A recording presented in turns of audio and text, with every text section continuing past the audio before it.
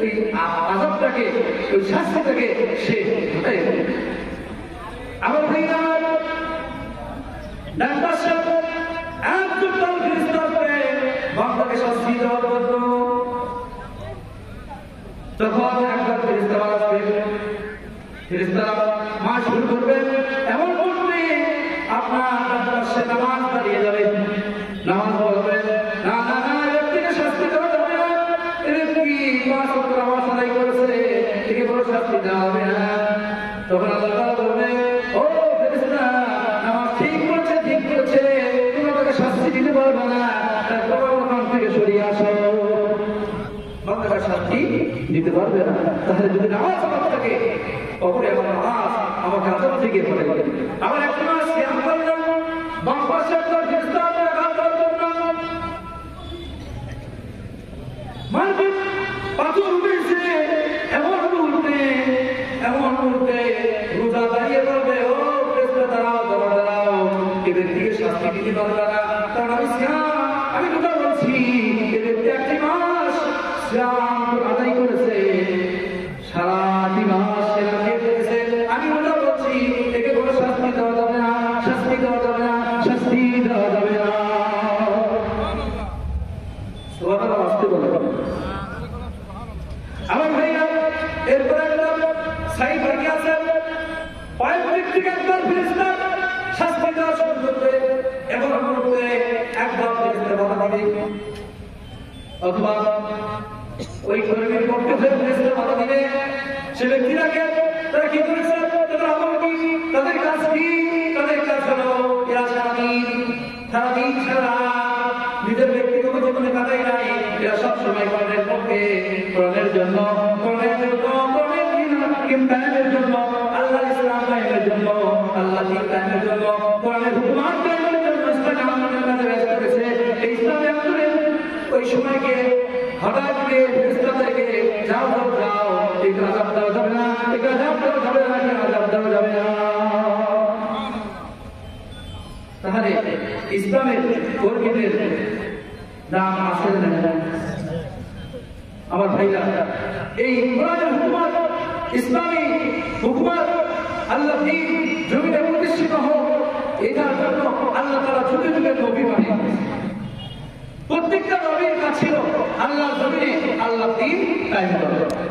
والذي أرسل رسوله بالهدى ودين الحق ليظهره على الدين كله ولو كره المشركون।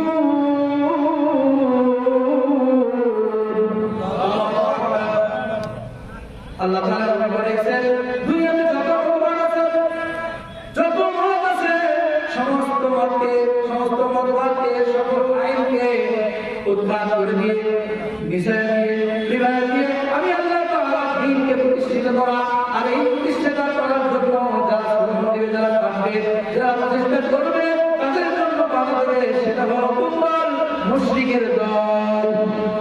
তারা মুশরিকরা।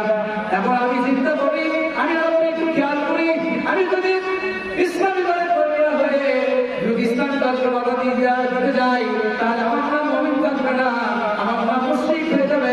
মুশরিকের জন্য আল্লাহ জান্নাত নয়, মুশরিকের জন্য আল্লাহ জাহান্নাম নির্ধারিত হয়ে যাবে। আমার ভাইরা, প্রত্যেকটা লোকের কাজ ছিল সমস্ত মানুষকে কোরআনমুখী করা, ইসলামমুখী করা, আল্লাহর সাথে পরিচিত করে দেওয়া। এক নেতা সেই নবীকে মানা, এটাই তার কাজ ছিল। ঠিক সেই কাজ আজকে আমাদের জমিনে, আল্লাহ এই জমিনে একবার এই কাজ করতেছে কিনা মুসলমান বলেন, করতেছে না?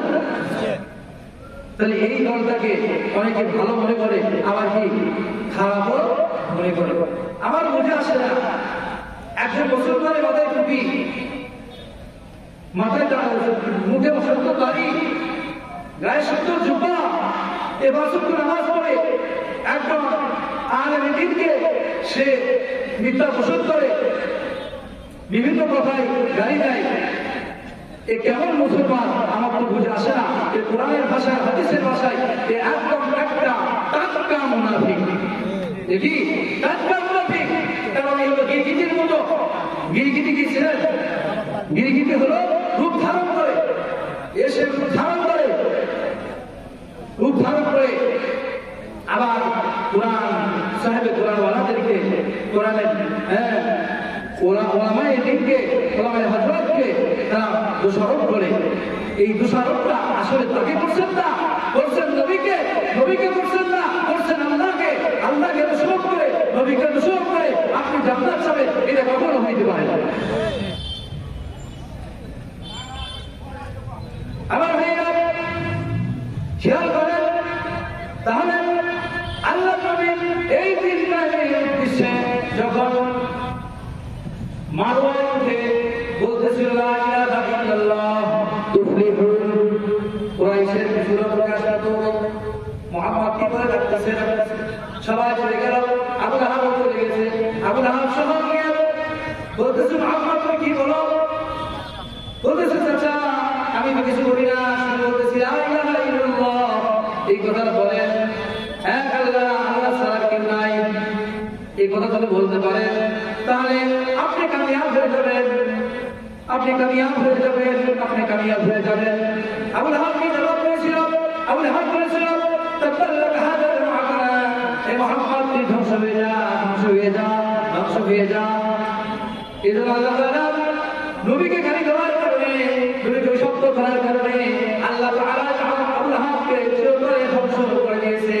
সূরা আদ আল্লাহ তাআলা করে দিয়েছে তাব্বাত ইয়াদা আবি লাহাবিন ওয়া তাব, আবু লাহাব ধ্বংস হওয়ার হাত ধ্বংস হওয়া।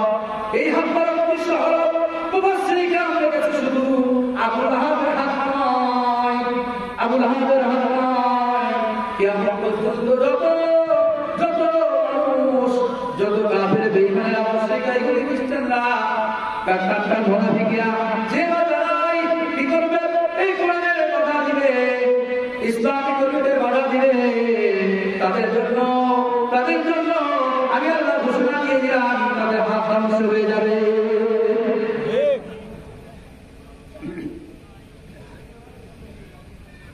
তাহলে এই সম্পর্কে কি আবু লাহাবের মধ্যে শরীর আছে না নাই, সেটা আমরা দেখতে পেরেছি, ও কথা বলবো না, 15 বছর আমরা খুব কষ্ট করেছি।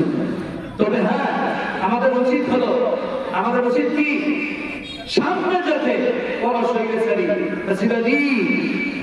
অত্যাচারী এই বাংলার জমিনে যাতে কোনো সুযোগ না পায়, এই জন্য আমাদের এখন থেকে সচেতন হতে হবে, এমন নেতাকে আমাদের নির্বাচন করতে হবে যার মাধ্যমে আমরা আমাদের নিজের অধিকার ফিরে পাবো। আল্লাহ সুবহানাহু ওয়া তাআলা নবী আলাইহিস সালামের সুন্নাত আল্লাহর হুকুম মানতে পারবো, এবং নেতাকে আমরা নির্বাচন করবো ইনশাআল্লাহ। আল্লাহ তো জিকির করেন।